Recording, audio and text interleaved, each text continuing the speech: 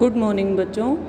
आज हम हिंदी पसंद के अध्याय 3 नादान दोस्त का तीसरा भाग पढ़ेंगे।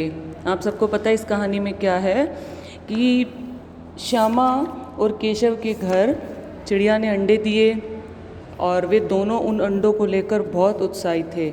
यद्यपि उनकी माँ के द्वारा उनको मना किया गया था उनको हाथ लगाने के लिए, उनको छूने के लिए, परंतु फिर भी उनका बाल मन यह जानने के लिए बहुत उत्साहित था कि अंडे कब बड़े होंगे, इसमें से बच्चे कब निकलेंगे।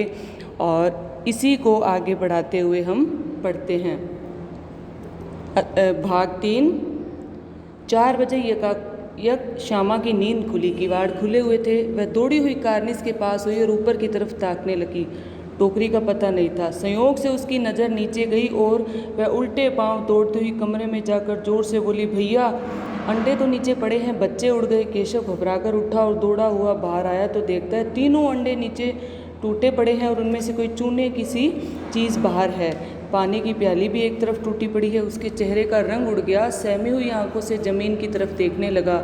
श्यामा ने पूछा, बच्चे कहाँ उड़ गए भैया? केशव ने करुण स्वर में कहा, अंडे तो फूट गए। श्यामा और बच्चे कहाँ गए? केशव, तेरे सर में देखती नहीं है, अंडों में से उजला उजला पानी निकल आया है, वही तो 2-4 दिनों के बच्चे बन जाते।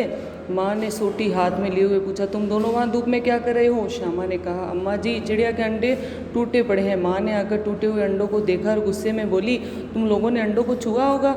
अब तो श्यामा को भैया पर जरा भी तरस नहीं आया। उसी से शायद अंडों को इस तरह रख दिया होगा कि वह नीचे गिर पड़े।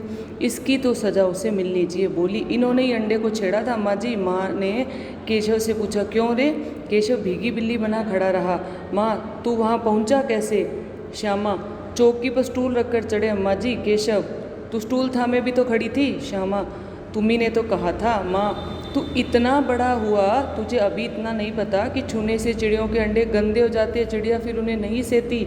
श्यामा ने डरते डरते पूछा, तो क्या चिड़िया ने अंडे गिरा दिए अम्मा जी?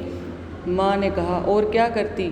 केशव के सिर इसका पाप पड़ेगा। हाय हाय, 3 जाने ले ली दुष्ट ने। केशव रोनी सूरत बनाकर बोला, माँ मैंने तो सिर्फ अंडों को गद्दी पर रखा था। माँ को हंसी आई, मगर केशव को कई दिनों तक अपनी गलती पर अफसोस होता रहा। अंडों की हिफाजत करने के जोश में उसने उनका सत्यानाश कर डाला। इसे याद कर वह कभी कभी रो पड़ता था। दोनों चिड़िया वहाँ फिर दिखाई नहीं दी। ये हो गया आपका लेसन नादान दोस्त। अब हम इसके प्रश्नोत्तर करेंगे।